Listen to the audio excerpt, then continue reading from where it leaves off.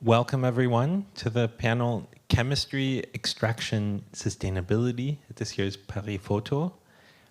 My thanks first to directors Florence Bourgeois and Anna Planas for hosting us. My name is Pablo Larios, international editor at Artforum, and it's a great pleasure to introduce Dionne Lee, Michelle Henning, and Aspen Mays.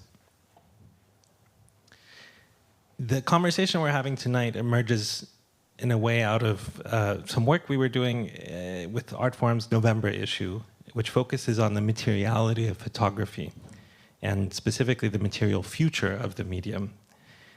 Of course, just a little bit of context. Since the early 70s, Artforum has played a central role in shaping some aspects of the discourse around photography as a conceptual art form. And so this is kind of the legacy of what we've done with our recent issue. And of course, right now, when we think about photography, there's a huge conversation happening around AI and digitization and our sort of recent sort of like post-human turn or whatever's happening. But instead of focusing on that, I thought it would be interesting to actually speak to artists and hear about the material changes that their work is undergoing, also in line with these technological changes.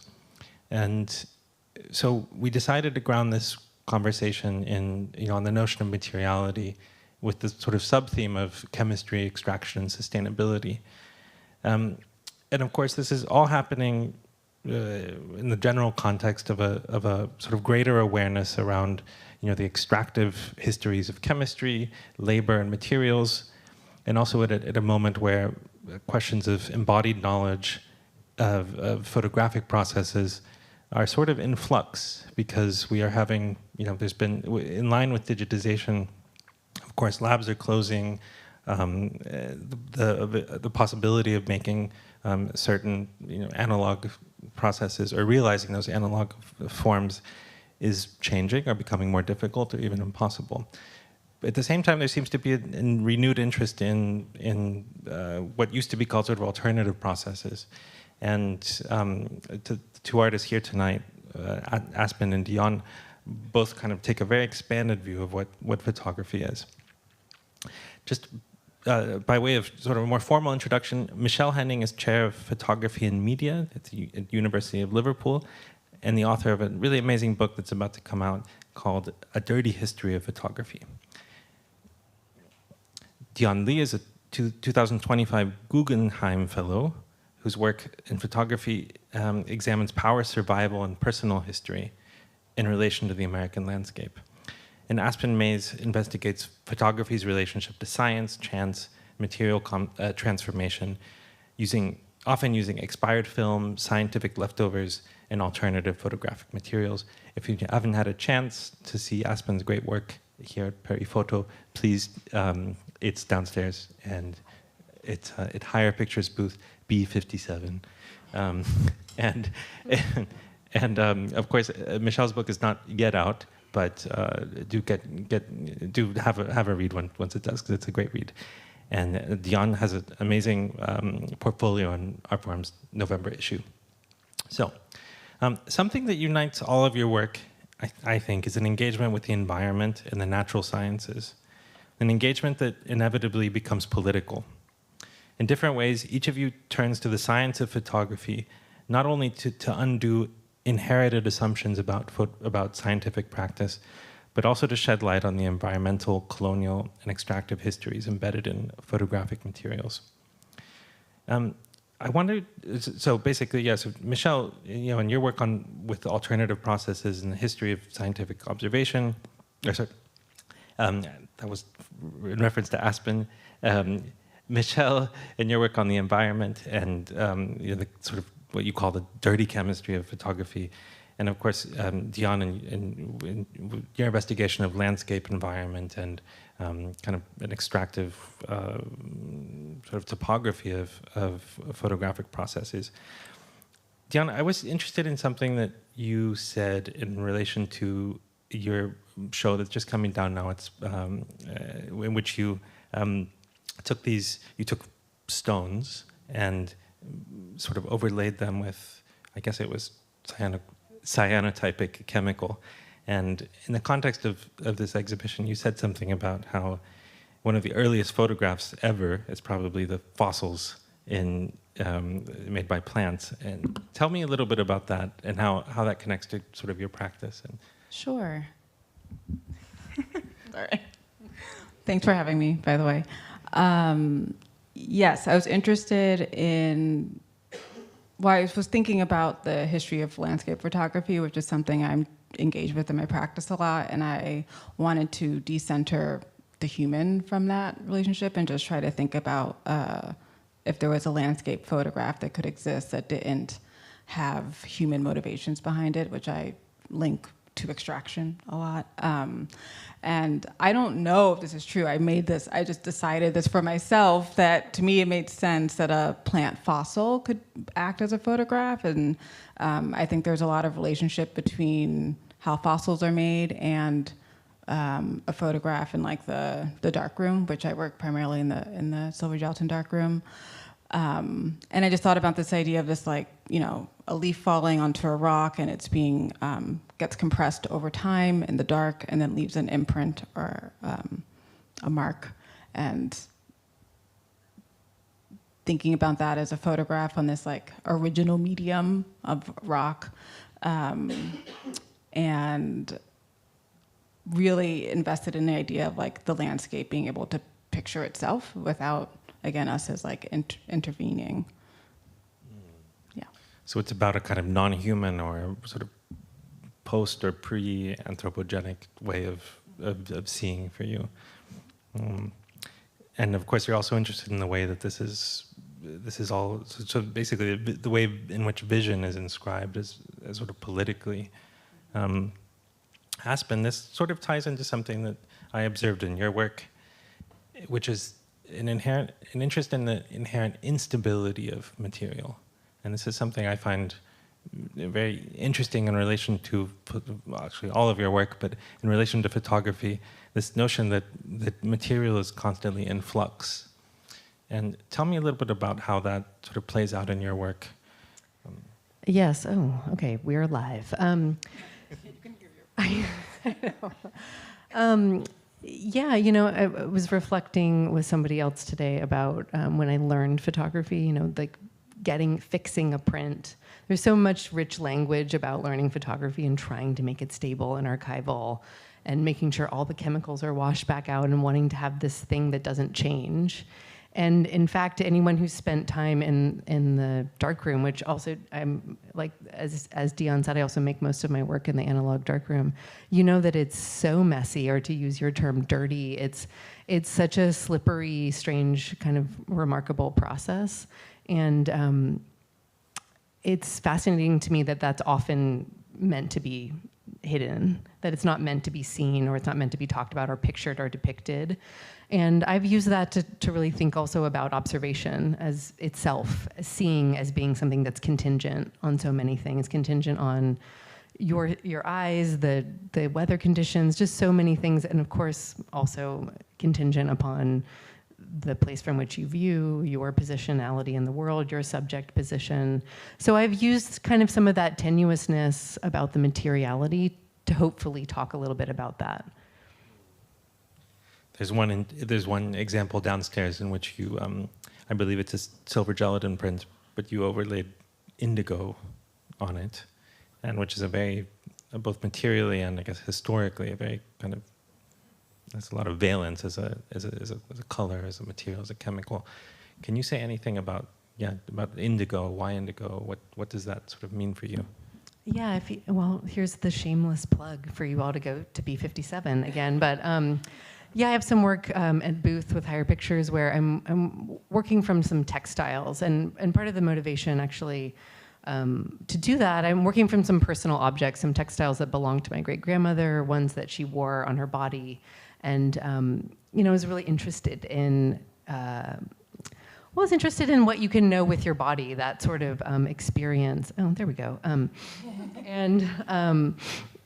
And imagining something that she wore, this really humble kind of basic material. And I kind of given myself this challenge to work with those patterns in the darkroom from memory, to try to feel my way through that memory of that object. And some of these, not this one necessarily in particular, but some of them took quite a lot of time to set up. And so I'm kind of feeling the patterns. I'm using sewing pins and to mark the pattern and pierce the paper. And looking at textiles from her era that were all dyed indigo, or there are indigo dyed. And I'm coming from a photography perspective, and I just thought, of course, I'll just make cyanotypes. Like that's photo blue. That's accessible to me. And cyan and indigo are not, they're not the same at all. And that's, if you learn nothing else today. But I started to really think about how different and how specific that is. And so I was actually just curious if you could dye a print with indigo, and in fact you can. And you get this kind of, it's also a really interesting process because it's sensitive to oxygen. So you can make a more intense blue by repeatedly exposing the paper to the air rather than light. I also grew up in South Carolina, and indigo has a really fraught history to that dye, in the plantation system. And the transatlantic slave trade, of course. And so I wanted to also think about that, that as we've talked a little bit about materiality and silver and extraction, that, I wanted to also to work with that material specifically. Thank you. And yeah, I was very interested in this notion that sort of they're changing through time, and that will sort of, there's that sort of future historical element, so to speak, that it'll continue. Turning to Michelle, so your work in this book, A Dirty History of Photography, examines chemistry is something produced historically through industry, extraction, atmospheric science, technology, and I want to sort of bring in that layer of the discussion. So your book basically it looks at the interwar era in England and the British Empire. Sorry. Over to you. Well, just quickly, one detail in this book that really struck me was so fascinating. So you're tracing this photochemical company that emerged early 1900s, Ilford. Yeah, and I guess you mentioned how close to it there's another chemical company, and that the founder of that chemical company was also the person who named the clouds. Yeah. And I was like, this is crazy. Yeah, I loved that. So Howard's, it's really loud, isn't it? Howard's and Sons was a fine chemical company based in the suburb of Ilford. Those of you who are photographers will know Ilford from their darkroom chemicals and films. So Ilford Limited named themselves after there's the factory. So Ilford Limited named themselves after the town of Ilford, which eventually became a London suburb. Now, they were kind of founded in the 19th century, but in the 20th century they become Ilford.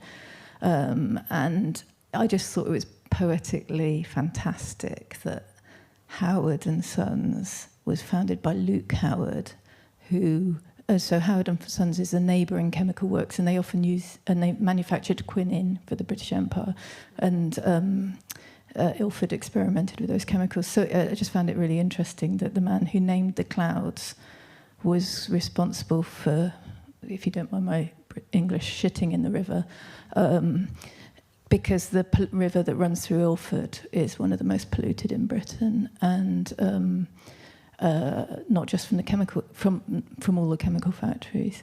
But I wanted to come back to something you said actually about when you were talking about the American landscape imprinting itself, making its own picture.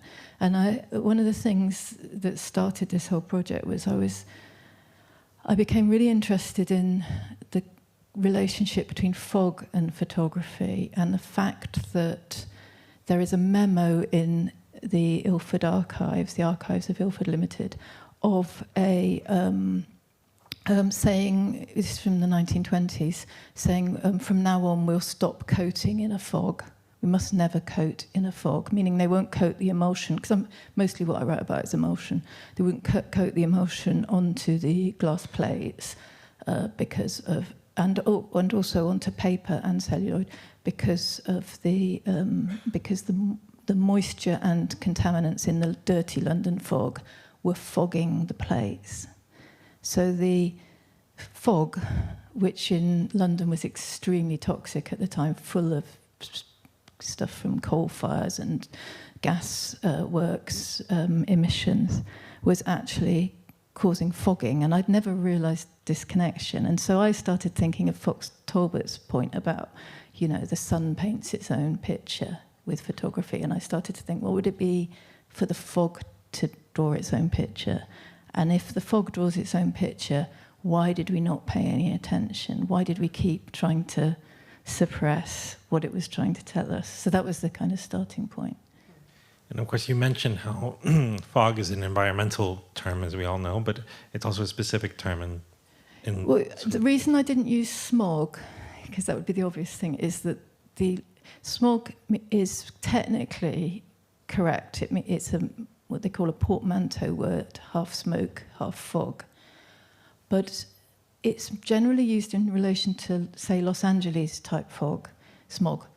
And Los Angeles smog is different. It's dry. It's caused by things like car fumes, and it's interacting with in a chemical interaction with sunlight. So it's a different thing. Whereas the London fogs, the notorious London fogs, are a combination of meteorological, atmospheric moisture to do with it being in a basin, like a lot of major cities, a river basin, and then a marshy river basin, and then so much pollution being generated in the city that it was getting trapped in this moisture, and then you get these globules of moist air which have soot attached to them, and they can kill you. So it's actually lethal. And until the 1950s, this was a frequent thing in London.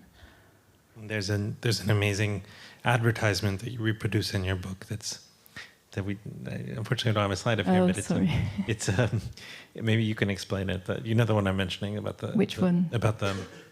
It's about sort of ash in the custard. Oh, soot. What's it called? Now I've forgotten the slogan, but it's about soot in custard. So there were the gas association. So this was the thing. They were blaming, this often happens with pollution, they're blaming the fog on the emissions from people's chimneys and so on, from home fires, which of course was a big part of it. So they were the gas association was encouraging people to install gas heating in their houses, which would clean up the city. But actually what it did, the gasworks were coal-fired, so it just moved the pollution to the suburbs. But all the photography and film factories had established themselves in the suburbs to get away from the fog. And suddenly they find all these gasworks around them. So so then you get these all of the plates and things being contaminated by fog. But yeah, it's soot. What is it? Anyway, it's custard with soot in it, and there's a picture kind of it. And they did these ads trying to kind of persuade people that their homes were filthy, and particularly it was a kind of feminist thing, feminist in inverted commas, that women have to work so hard to clean up all the soot, so you should get gas. But, yeah. Yeah, of course, this whole argument has it has a lot of relevance in our kind of current fear about a current sort of ecocide that's happening. But also you point out that coal is the use of coal has gone up in recent years, right? This is not something that's sort of gone away, of course, because a lot of the fog was produced from sort of industrial era coal use, but actually it's sort of still around in a way. More than still around. I think it's right to say that, if we took last year and looked at the coal emissions, it would be more than Britain produced since the Industrial Revolution, the global coal emissions. And if you think that Britain was basically massively exploiting coal from the Industrial Revolution onwards, so it was, it's an island made of coal, basically. So it was the place that... And coal drove the empire. So one of the things that I found really interesting about Dionne's work as well, in relation to what I was writing about, was that I was looking at it from Britain outwards, so looking at how Britain exported photographic materials to its colonies, and then British people who were then sort of posted in these outposts would then complain that they couldn't develop their photos properly because the weather was wrong, because the British weather's perfect, as you all know, and so so they keep complaining about the tropics, and they complain even when they're not in the tropics, so they think they are, and they complain about whether it's Australia, parts of West Africa, or wherever, and there's this, they're exporting a sort of whole set of concepts about landscape and about what is picturesque. So you can't make a good photo because the light's wrong and it's not atmospheric enough, there's not enough fog. So they're exporting this kind of British idea, and then your work in a way is kind of at the other end of that, looking at that, the history of the picturing of the American landscape is this alien thing that's being kind of brought and imported and imposed on it. And that's what you're rejecting in a way, or critiquing, I think. Do you want to? Okay. Well, since you have the mic, I was curious about what happened when you went to Ilford and you spoke to the people there and you kind of toured the factories. Okay, so the factory in Ilford has gone. So that factory, the original factory that's actually in Ilford, is now gone, and the archive is in the local library, which is how I found it, because nobody else is stupid enough to go, oh, it must be in Ilford. But I went, where's Ilford's archive? It's probably in Ilford, and it was. So the vast majority of it, there are bits elsewhere. But they have a factory that they took over called Raja, which I thought for ages was an imperial name. It sounds like a reference to India or something. And lots of British photographic stuff at the time was actually, literally, there was a company called Imperial. But Raja turns out to be a bad attempt to mimic Kodak, with the R's at each end and the J in the middle. It was like trying to do the Kodak kind of word, but badly. But it's this factory, and it's still running, and it's where Ilford film is made today, and Ilford chemicals are made today. But there's a long history of it being taken over by Ciba-Geigy and then, becoming independent again. So it's not the same company exactly, Hartman Technologies. But they do have this incredible factory, and they were very kind and took me around. There's only 250 people work there now, so it's a lot smaller. And they have the coating beds, which I think were Agfa's actually that they brought in, new coating beds, as Agfa sold off theirs. But if you imagine a coating bed is the bed that you basically put the emulsion onto, whether it's celluloid or paper or whatever you need to make light sensitive. So the coating bed room, if we took this room and we quadrupled the length, maybe more, then you've got an idea of the length of it. It's much more narrow than this room, but very, very long. And no one can go in there. So it's all machine controlled. So there's like the Starship Enterprise thing outside where you can watch it, but you can't, you're in a control room. And they're controlling it all on screens. And I was kind of thinking, wow, this is like, it's like you've got a dragon in there, in this cave, because there's this creature who's so sensitive that human hands can't touch it. You can't go in there and breathe. The machinery is made out of certain metals like silver, because the emulsion will react to other metals. So and it just made me realise, photography is so sensitive, not just to light, because obviously there's no light in there, but to all these other things, atmosphere, moisture, everything.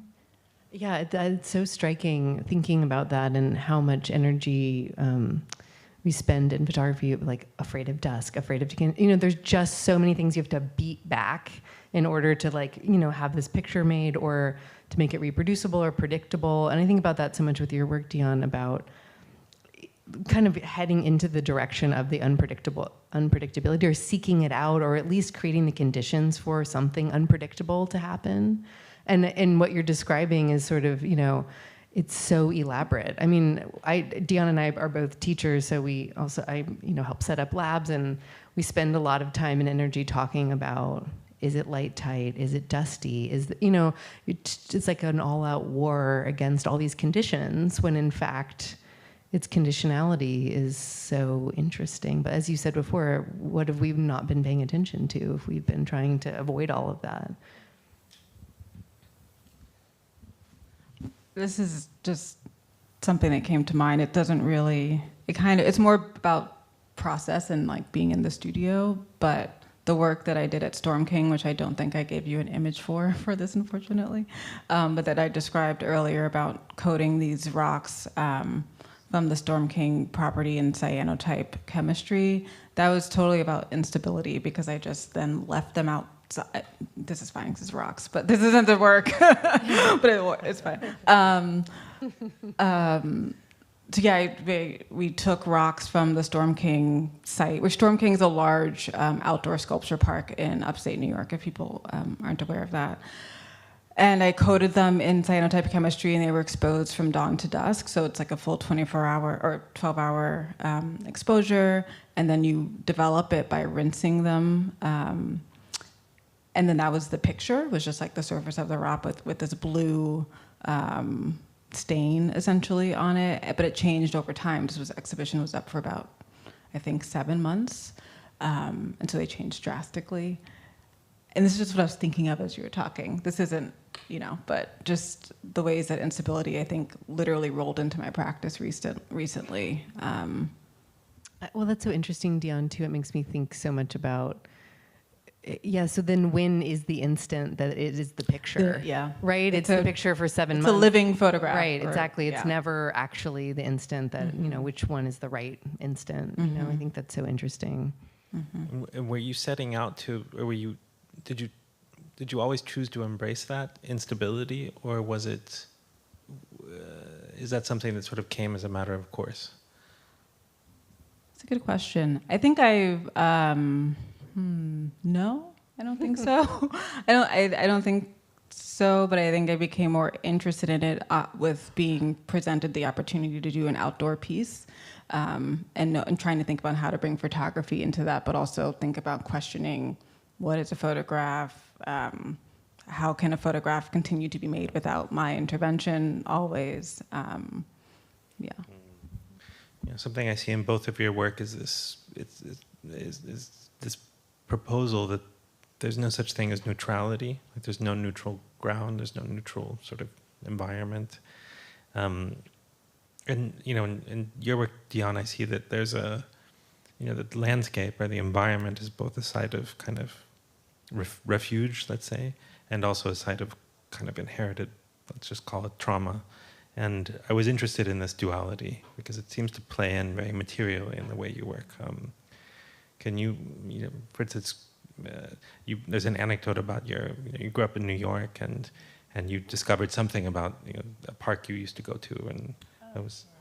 Yeah, I grew up in New York City, and I grew up across the street from Central Park. And I think the thing that was surprising was that I didn't know this until I was an adult, that parts of that park was once a robust community for Black Americans. And this was obviously post-enslavement, but it was just, there was this history that was there that I didn't know about that was then covered up, just literally by the ground, they built a park over it. And so there was this thinking about displacement in that sense, but also just this view that I had out of my childhood window that I just didn't understand what I was actually looking at. But then also grounding myself in considering that displacement, I also obviously think further displacement of just Manhattan in general, of people who lived there, and then even prior to people. So it's a longer history that I'm thinking through, but I think I grew up growing up in New York, and then I moved to California, and that also really shifted my relationship to even just looking outside and just seeing a lot more sky in California and less, more of a uninterrupted horizon line, and things like that really shifted my, I think I lost track of your question, but I think, yeah. Did that shift your work as such? Oh yeah, that's when I became interested in landscape as an artist, yeah. I really like the connection, and I was just thinking as you were talking about also of that, the history that's concealed in the landscape, and I was also thinking about, and I can't remember who, I pilfered this quote from someone in something else I wrote, which said the true tragic archive is the soil, and it was talking about whaling, and it was talking about the whaling ports, and because if you kill a whale, there's a lot of blood and a lot of blubber, and it soaks into the soil. So all the places where whales were regularly killed and dissected are absolutely soaked. And the same with these chemical plants. The soil in London is heavily contaminated by so there's this kind of combination between this, or analogy between this kind of chemical contamination of the ground and this long history of places that's then, but it's not visible to us, but it's there. This kind of connects to your work, Aspen, and this notion of memory that's very sort of present in your work. For instance, the works here, they incorporate some object, they're photograms, and they incorporate some, for instance, a bandana that belonged to, it was your grandmother, right? Yeah.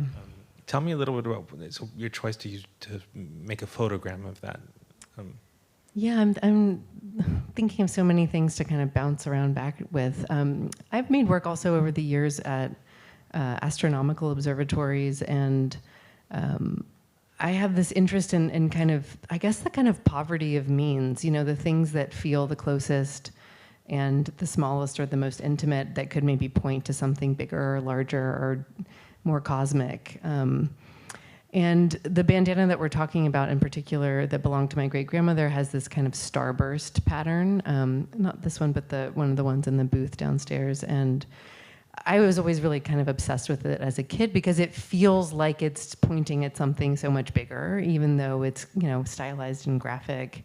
And I love that kind of something that feels so intimate can then also point to something huge and kind of almost unknowable. And I've also worked at, sites like that are really about trying to observe and picture and depict something like the universe. So that's part of my attraction to things that kind of go back and forth in that way. I chose to work with photograms, in part because I tried to photograph that object and just felt really unsatisfied by it as a picture. And something about bringing it into the dark, handling it, using it to make the image. I started to, as you'll see, it was a very iterative process that kind of was like, I was really exploring and riffing off that pattern. And I felt like the work started to get further and further away from the actual pattern and somehow closer to her or to the source. It was something that surprised me in that process. I think photography is so good at mimesis. Arguably that's really what it does well. And I like trying to force it to do something else. Like, well, what is it doing if it's not doing that? Or what else could it do? Is there something about time that's, again, it's just things that you've been saying, like you were talking about fossils and a kind of deep time of photography, the idea. There's a really great book by Melissa McCarthy called Photo, Phyto, Proto, Nitro, where she makes the same argument, so she's supporting you. It's true. It's true. That kind of deep time, but also astronomical photographs are photographs of the past, aren't they? Because a star is that star died thousands of years ago or whatever, but we're still seeing it. So there's this sort of blowing apart that idea of the photographic moment and the instant and the immediacy of photography, and also you're, taking 24 hours to make to change a rock or something. So I think thinking in this way is really productive for sort of overthrowing the normal way we think about time in photography. Yeah, I've always found that really provocative as a way of thinking. I spent some time at a Fulbright many years ago, which was like a research fellowship, and I was living in Chile in South America, working at astronomical observatories. And we were just chatting a bit about it. There was a lot of correspondence all these observatories of a certain era had dark rooms, as you would imagine. They had to coat plates, or they would, put glass plate negatives, load them into the telescope, and they're now just useless. I mean, a lot of these observatories, they're either storage spaces or they've been trashed, or some of them, there's just, it was a kind of a whole world that I ended up getting to be around and have access to. And there was a lot of correspondence that I unearthed between Kodak and these astronomers in Chile about, well, could you change the recipe just a little bit? We're not getting good results. There was also a lot of handwritten notes about putting the plates in the oven and baking them for a certain amount of time, and that would get them just right to be sensitive enough. And I just thought so much about how remarkably fragile all of that is, to try to look deeply. I ended up making this work. I found a lot of images of the night sky, truly in a wastebasket, in a bin, and they were unlabeled, and they didn't have you couldn't tell what they were looking at, which galaxy or whatever. And I just took a hole punch from the office that I found and just removed all the stars from the prints. So the prints themselves are quite small, barely holding together. It looks kind of like that, actually.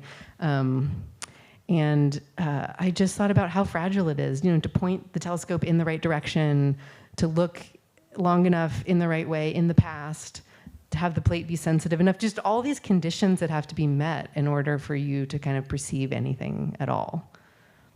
In one of the first pages of your book, you talk about photography as a phenomenon of atmosphere, and it feels like exactly what you're describing. I do, and I think that. I was just sorry. My mind was going everywhere when you were talking about observatories as well, and I was thinking about the fragility of it, the ease with which a photograph is fogged. Also, I love the fact that there's lots of writing about fog coming through keyholes. You had to put tissue in the keyhole of the darkroom because the fog could come into your darkroom and that kind of thing. So I love this idea of, contamination through, or not contamination is not the right word, but, this kind of spread of the uncontrollable atmosphere.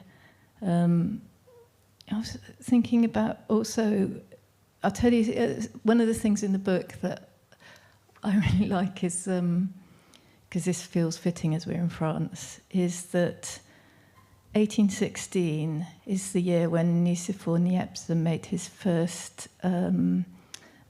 photographic experiments successfully at the time. They faded, so they don't exist anymore. But he wrote to his brother to say, doing really well, look, here's some samples kind of thing. Just need to be able to, he didn't have a concept of a negative, so he needed to understand that it were negative, so he was trying to figure that out.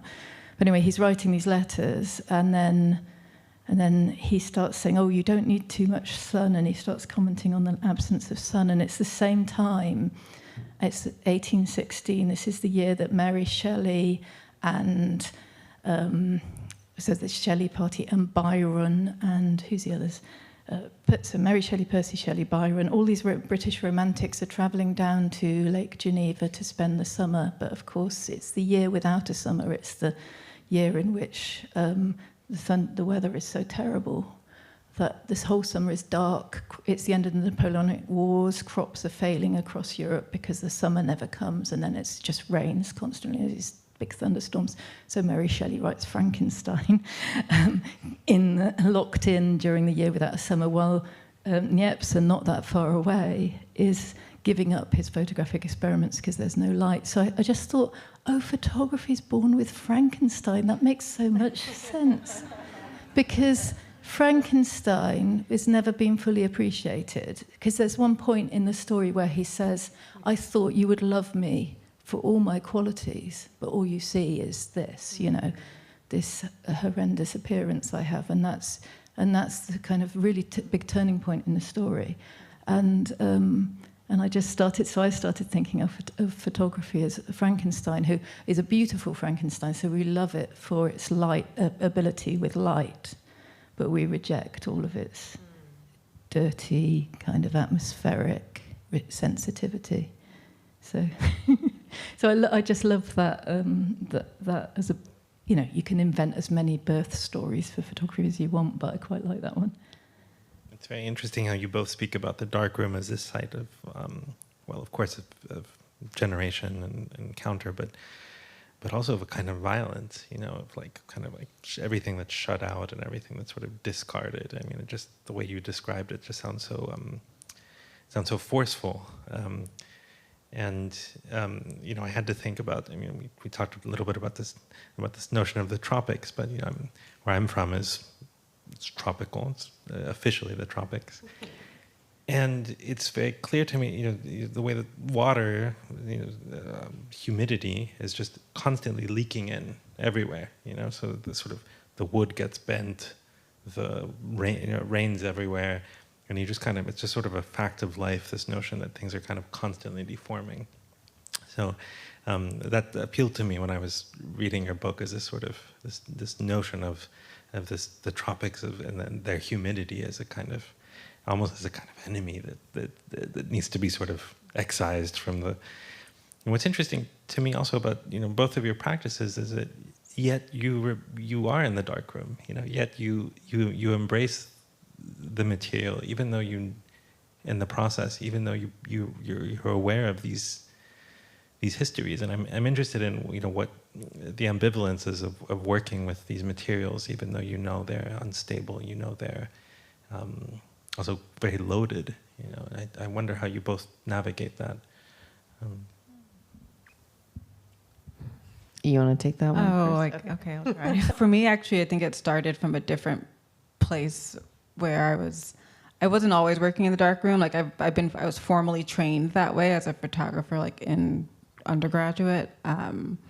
But I didn't start working in the darkroom really until after I finished graduate school again. Or I did, well, whatever, I won't get into my whole, doesn't matter. But after graduate school, I went back to the darkroom because I was making a lot of work that dealt with survival and thinking about like using elements of wilderness survival as like metaphors for everyday survival.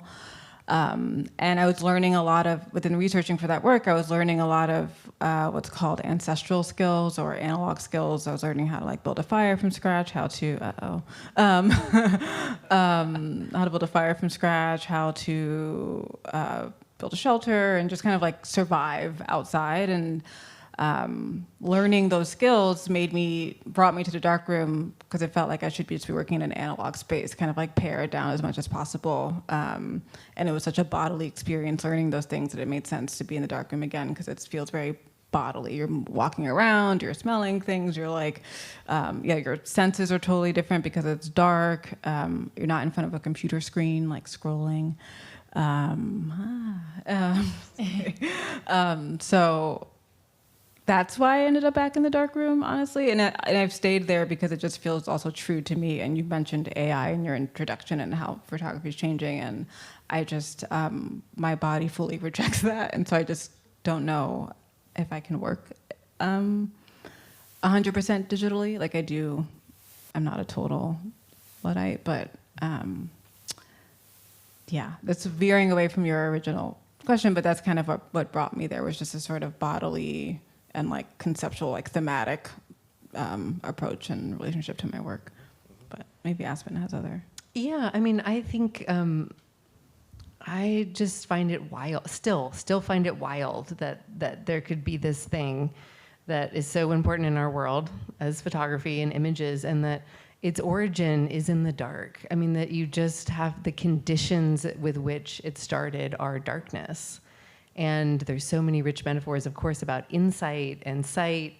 But I find that condition to be so rich. You know, it still just feels like a space to think, to be, and it's so embodied. I just find it to be such a fascinating thing. And as I said, I've been so interested in the kind of cosmic, the very personal and the very far away that astronomy and I love to tell this story about being in this astronomical observatory in Chile, that it was so bright there, it was so far away from all light pollution and anything else, back to pollution, that you could read a book outside at night just by the light of the Milky Way. You know, that there's something that can only be gained by the darkness, like there's insight is possible in that way. So it's just kept me coming back for more. I just find it to be such a fascinating kind of conceptual space. It's also just a good place to contemplate, just as you said, being in darkness and as Aspen mentioned, we're both teachers, and I see that in my students actually, of like forcing them to be in this space where they aren't supposed to bring in their phones, but they have to spend time with their images in a very different way than if they were on a screen. And I think in my own work, that's how I process what I've done, is just by spending time with the images in the dark room, whether that's like a contact sheet or just like actually looking at the like enlarger, pointing at a paper, and then watching it go through all the chemistry baths. There's just all this time to really be with the work that doesn't exist in other ways, I think. I was speaking to a photographer yesterday who's begun teaching, and she told me that she sort of inherited a class from another professor, and none of the students knew how to take photos because back in the day, the former professor, not to put him down, very famous, told the students, we outsource everything. Photography is something conceptual. It's not about sort of clicking the shutter button. And of course, this photographer has a different understanding.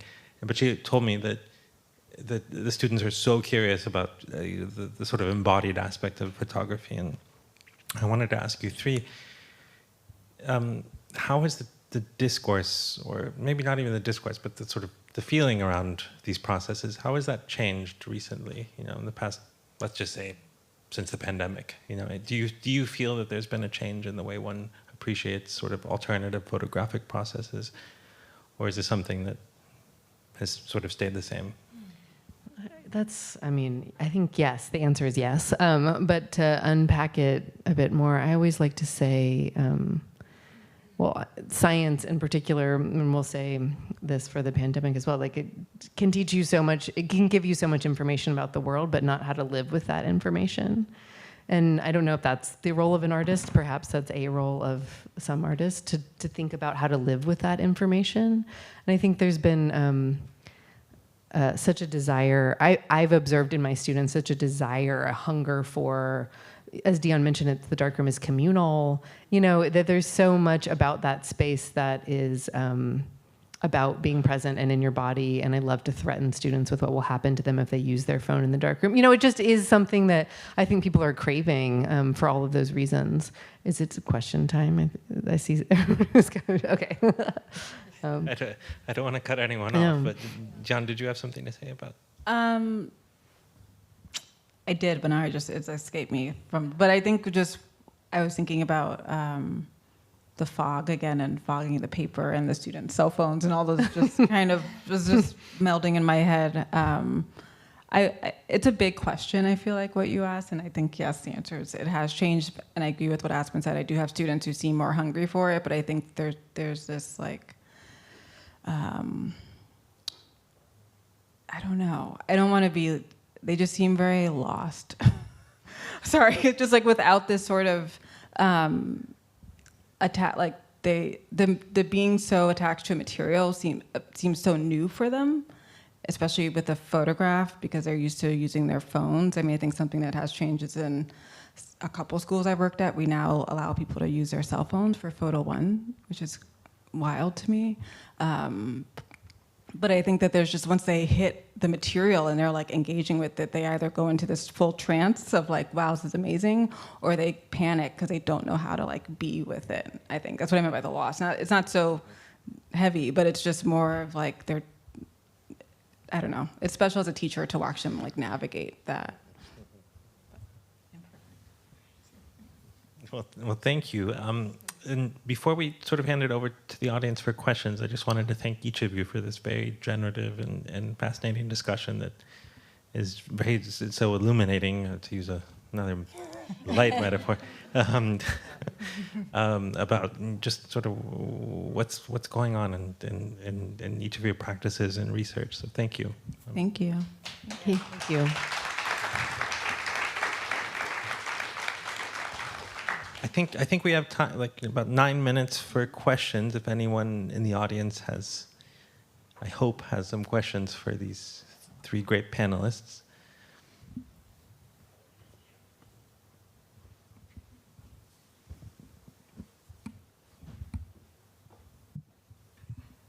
Thanks so much for this amazing talk. Do you have any stories to share about maybe some people who are working with materials in an interesting new way that's getting away from this dirty history of photography? I can give you, well, I went to a conference in Falmouth in the summer, and it was really interesting to me because I was probably the only kind of predominantly academic there, if you see what I mean. And most of the people there were doing practice-based PhDs and using sustainable darkroom chemistry and there was a lot of, it was just, I just realized the scale of it, how many people now are working with plants, are trying to find different ways to detoxify the darkroom, but are also finding different ways to photograph and to be photographers in terms of their relation to the world, if you see what I mean. But I should leave that to you two. Or maybe not. I'm trying to think. I think I have fair brain. You know, when you've just been walking around and seeing so much amazing stuff, and you can't sort it out in your mind. I agree with you. I do. I have been seeing that a lot, and a really renewed interest in processing film and with, you know, using botanical things like that. I mean, and that's in some ways a quite literal way of thinking through these processes, which, you know, let's all face it, are not sustainable. You know, they're not sustainable. It's really industrial and kind of horrible in that way. But I guess I would suggest, I think, Dionne, your work is advocating for a different orientation to photographing in that way and seeing the landscape. We've talked before, Dionne's kind of mentioned, I'm just going to quote you back to yourself and tell me if I get it wrong, but a devotion to the downward gaze, you know, to looking down, to looking at the earth. As you were mentioning, the soil is often, you know, and I think about Dionne's training on the West Coast of the United States and kind of not rejecting that vista or the you know, that the best general view in favor of a reconnection. And I think that's that's a less literal use of materials, but I do think it's advocating for a different relationship. Do you think that's true? Sure, yeah, I do. And I'll also just say, though, I think just to your point of your book, it's like I don't know the answer to more like sustainable, like I don't feel great. I feel good about conceptually where I'm coming from, but I think in practice it's a little bit harder. I do have a student I just remembered who was at one point, I don't know if they ever did it, trying to figure out how to like develop film or use like urine or other sorts of just like even like bodily fluids, but it's not something that I've like really explored on my own. I mean, I take your point that it's literal, but I think the thing I find quite interesting about it is that nobody's suggesting, oh, we can, you know, the photography industry is going to change, because actually the photography industry is now digital, which is far more, you know, that needs detoxifying. So it's more, I think, a way of thinking or a way of slowing the process of becoming aware of your relationships in your practice, rather than kind of, that. Yeah, I agree. I see we have another question from the audience. Hi, thank you for these great presentations. I'm just thinking about how all of your work is so process-oriented, and yet we're in a fair where there's finished works of art on view. And I mean, Aspen, we were talking earlier about your work kind of continuing to have a life, and I think that's true of your work, Dionne, at Storm King especially too, but even a book, you know, is so much about the research. So I'm just curious how each of you feel about this tension between process and then maybe the expectation of having a kind of finished work. Yeah, I think to me process is like all of the work. Like if I reach a point of completion or for whatever reason, I'd say it's done, or there's like a deadline or something like that. It's almost like there's a semi-divorce or something that happens where I'm just done. Like the most interesting thing, I think a lot of artists feel this way, is just like the wading through what you're trying to make. And that goes back to the darkroom being such an important space, but also I do collage a lot in my process, and that's a whole other sort of journey of like putting pieces together, moving them around. But I feel like that's the research, is like that whole process from like the idea to making it physical. And then even when it's done, I probably didn't answer the question, maybe just put more questions back at me, and then that like restarts the process. Yeah, I was having some conversations in the booth. Also, my work is pinned on the wall. It's not, behind any glass or anything, just to make things spicy. Let's see what happens. No, it's interesting. It feels really related to seeing these as objects and materiality and textiles. And I was talking with somebody today, and I'm definitely not interested in the work going away. I'm not putting it out into the world so that hopefully it just kind of like deteriorates away. But I am quite interested in it being lived with. And, even pinning it back up, sometimes there's so many pinholes in the work to make it, but there's also pinholes from when it was in my studio, when I was living with it there. I've really handled this material, and that is really interesting to me, and that will keep going, that's a thread. Handling it is something that kind of keeps going. And I find that really interesting and sort of antithetic. It feels like a fantasy that it would be otherwise. Yeah. In relation to sort of writing about photography, I think sometimes people think, oh, you're not interested in the image because you're writing about photochemistry, or you're writing about the emulsion or something. But actually, that's exactly the way I think. I read images as theory. I read images as images help me to understand the world. So a lot of my writing still does the old-fashioned thing of doing quite close reading of images. So I don't think the two things, like a focus on process and the focus on the end result, are necessarily antithetical. But I have noticed in a lot of artists whose work interests me is that the process is much more emphatic, much less concealed than it used to be. I'll mention this too. It's not on the wall downstairs, but it's in the box in the booth, and they'll pull it out if you want to see it. But when I was making this work, I was very close to finishing, and I had ordered, there was this Ilford paper that was back ordered.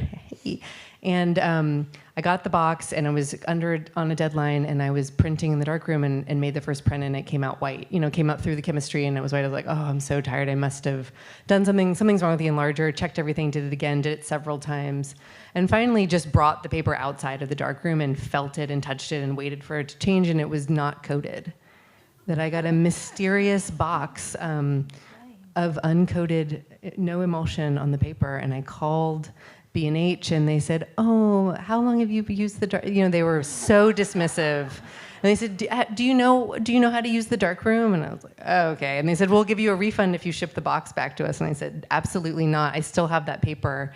But that kind of discovering the process. Anyway, what I did with it is that I folded the paper and I dyed it with indigo. So you can still see all the folds are visible through that dye process, but I thought you would appreciate that. I've been meaning to try to track that. I'm like, I feel like I should have bought a lottery ticket that day or something. It's like the one box of uncoated, but it probably wasn't. It was probably like the whole line in the room.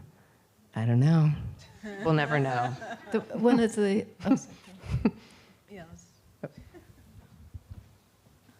Yeah, everybody else. Well, thank you so much for such a fascinating panel. I have a quick question for Professor Henning. When I listened to your talk, I couldn't help thinking about another place in Eastern Germany called Wolfen, where Agfa invented the first color film in the early 30s, and that's also based on a very extractive industry, like the largest brown coal mining, et cetera, and super polluted. So I'm just curious, can you tell us a bit about the parallels or the entanglements between this, or comparisons between these two places? Yeah. there are great people at the moment writing on Wolfen and doing fantastic work on AGFA and colour photography, and but the whole industry. To give you a sense of scale, AGFA and Kodak dominated the world market. So the period I look in between the two world wars, they're already the two major dominant market companies. So companies like Lumière in France or Ilford in Britain are still big, but they're nothing compared to AGFA and Kodak. So those are the two big influences. One of the things, this is slightly off topic, but I just want to tell you because I thought it was fascinating. One of the things I found in my research on Ilford is they did a customer research thing to see if they could try and persuade people away from AGFA and Kodak. And they found that Jewish people in Britain, it was in 1934 or so, were already boycotting AGFA. So AGFA was the subject of a informal Jewish boycott very early. But yeah, AGFA has this very nasty history because it's connected via IG Farben to the manufacture of Zyklon B gas, which was used in the gas chambers. So there's a very strong connection between poison gas and photography, but that's another story. Mic drop in the conversation. It's just like, that's awesome. Thank you so much for this amazing conversation. Thank you to all of you for joining, and thank you to Perry Photo for hosting. Please come back tomorrow, because there'll be another talk at 6:30.